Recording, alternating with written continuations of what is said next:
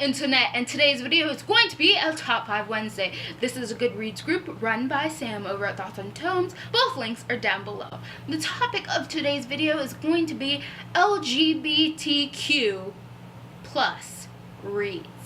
I practice saying that a lot. I'm still not quite sure if I got all the letters right. Acronyms are hard.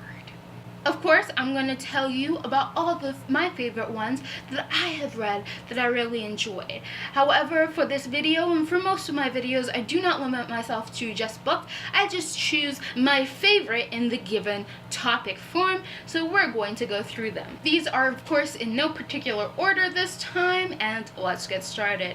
Book number one that I mention a lot, Hero by Perry Moore. Now, I made a video about this. I have talked about this in a few other of my videos, and I cannot give it enough praises. I love this book. It is one of my favorite books because it's about superheroes, and I love superheroes. They have a special place in my heart, and this is a book about Tom Creed, and Tom Creed has a pretty rough life, and a lot of that stems from the fact of who his father is. Now, his father somehow has gotten himself ostracized from society. Nobody likes this man for whatever reason, and Tom, of course, has to bear a lot being his father's son. But there's also two other issues. His father doesn't like superheroes, and Tom finds out that he in fact has superpowers and wishes to be a superhero. And number two, he happens to be gay. I say happens like it's just a surprise. No, Tom knows that he is gay. He accepts it, and that's what I love about this. This isn't a book about a boy questioning his sexuality. This isn't about someone wondering. This is about a person who is secure in their sexuality, who understands that while they don't necessarily fit in and not everybody accepts who they are, that they still are that person. That's just a part of who they are, but it doesn't define who they are. That's what I loved about Tom Creed, because it felt so natural. All of his emotions when he's talking about his sexuality, his attraction, they play a small part in his overall story, but every time he mentions them, you know that it's no different than any other attraction to another person. It's no different than heterosexual attraction. It simply is. There's no rhyme or reason why he has to be attracted to males. He simply is. It's a part of his attraction meter, I guess. I don't know how to pronounce that or proclaim that the right way.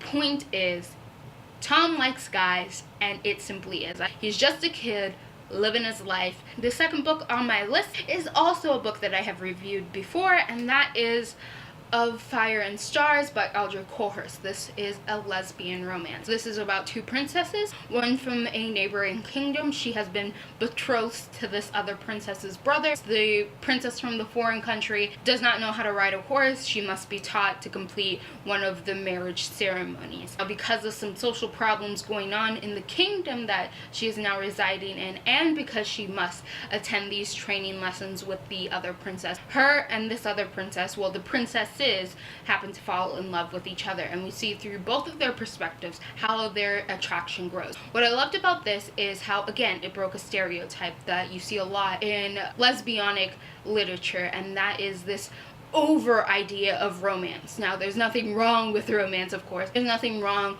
with you wanting to be romantic in any relationship of any form or fashion, but I feel like it's stereotypical to say that lesbians are overly romantic, or that's how all of their relationships are about emotions all the time. And this, it's not that way. It's not they are this or they are that. They simply are. Again, I feel like I'm repeating myself.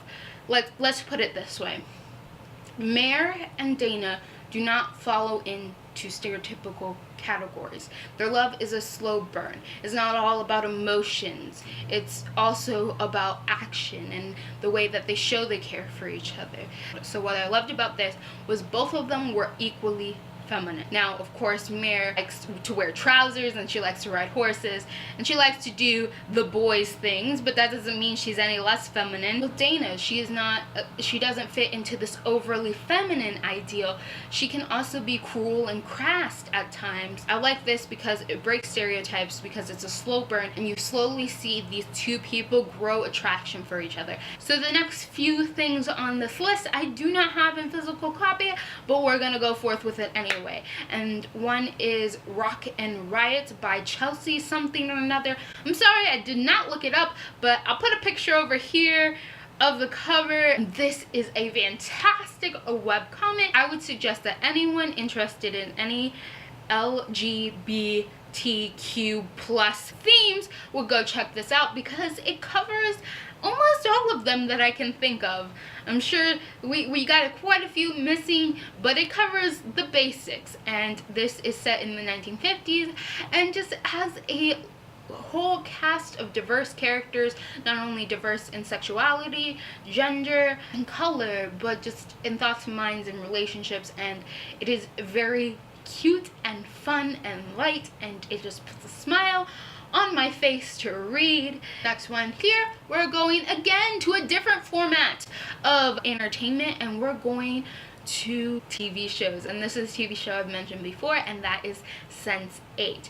This is Netflix original, and I am very excited because very soon the second season is gonna come out on full, so I'm gonna be binge watching this. And this one has a fascinating plot line, and it is very international. It has characters from all over the world and takes place all over the world. And for how it fits into the themes of this video, we have a transgender woman who is in a lesbianic relationship, a homosexual Mexican actor who is in a gay relationship. We have a voyeur, and since everyone is connected through their minds, all 8 of these people, the extra ones aren't connected. It's very confusing. You simply have to watch the show.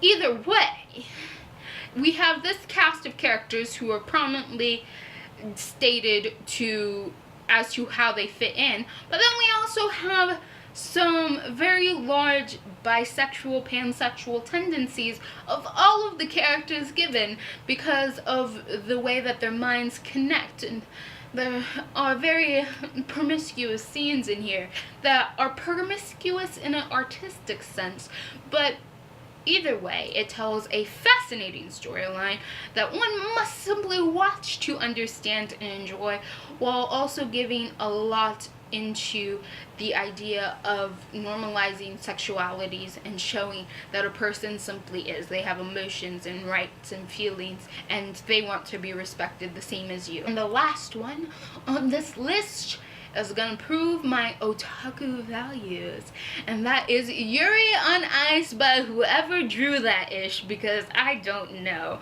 Now, any of you who are otakus out there or anime lovers, you probably heard of this one, and I was hesitant to watch it because I like to pretend I'm not mainstream, even though I know that's a lie. And I could be super mainstream, but I like to pretend. So when I heard Yuri on Ice was this new big thing, I was like, no, you're not gonna watch that. And then I was like, why don't you watch that? So I did, and I loved it. I thought it was hilarious. What I liked was the extremes of the relationship between Victor and Yuri, because I died laughing because some of the things that these characters say to each other, you're just like, are you not embarrassed to say such things? And you're just kind of cringing. You're like, oh my gosh, secondhand embarrassment. But in a good way, because you're like, I want your romance to work. But you're still like, please stop being so cute and adorable and saying such things in public. I can't handle that. Why are you doing this to me? For any of you who are unaware, Yuri on Ice is an anime about a young male named Yuri who is a figure skater, and he lost a championship in one of the seasons, or at least he scored very poorly at one of the competitions. So he wanted to give up on figure skating, and he ends up getting coached by one of the world's best, which is Victor. So it's like this uphill underdog battle of Yuri, and has the side but kind of main plot of Yuri and Victor's subtle but unsubtle romance. I don't know what to say other than that was an enjoyable 12 episodes. Yes, highly enjoyable. For any of you who do watch it, Chris is one of my favorite characters. Not because I actually like the guy, but because I don't know how he does those sexy dances all the time.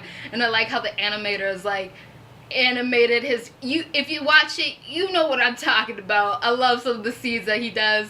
I'm just like, oh my gosh, Chris, oh my gosh, Chris, why are you doing such things? Oh, I swear, that anime just filled me with like so much appreciated cringe and secondhand embarrassment. So that is it for this Top 5 Wednesday. If you like any of my choices here, if you disagree, if you thought I went on too long, if you like what you're seeing here and you want to see more, click that subscribe button so that you may see more, and ring the little bell to be notified every time I put out a new video. Thanks again for watching. If you want to know any more about my links and stuff, then they're down below in the description box. And that is it for this video. And saying LGBTQ plus is very difficult, and I wish we had an easier name to say. Oh, I really struggle. Point is, goodbye, internet.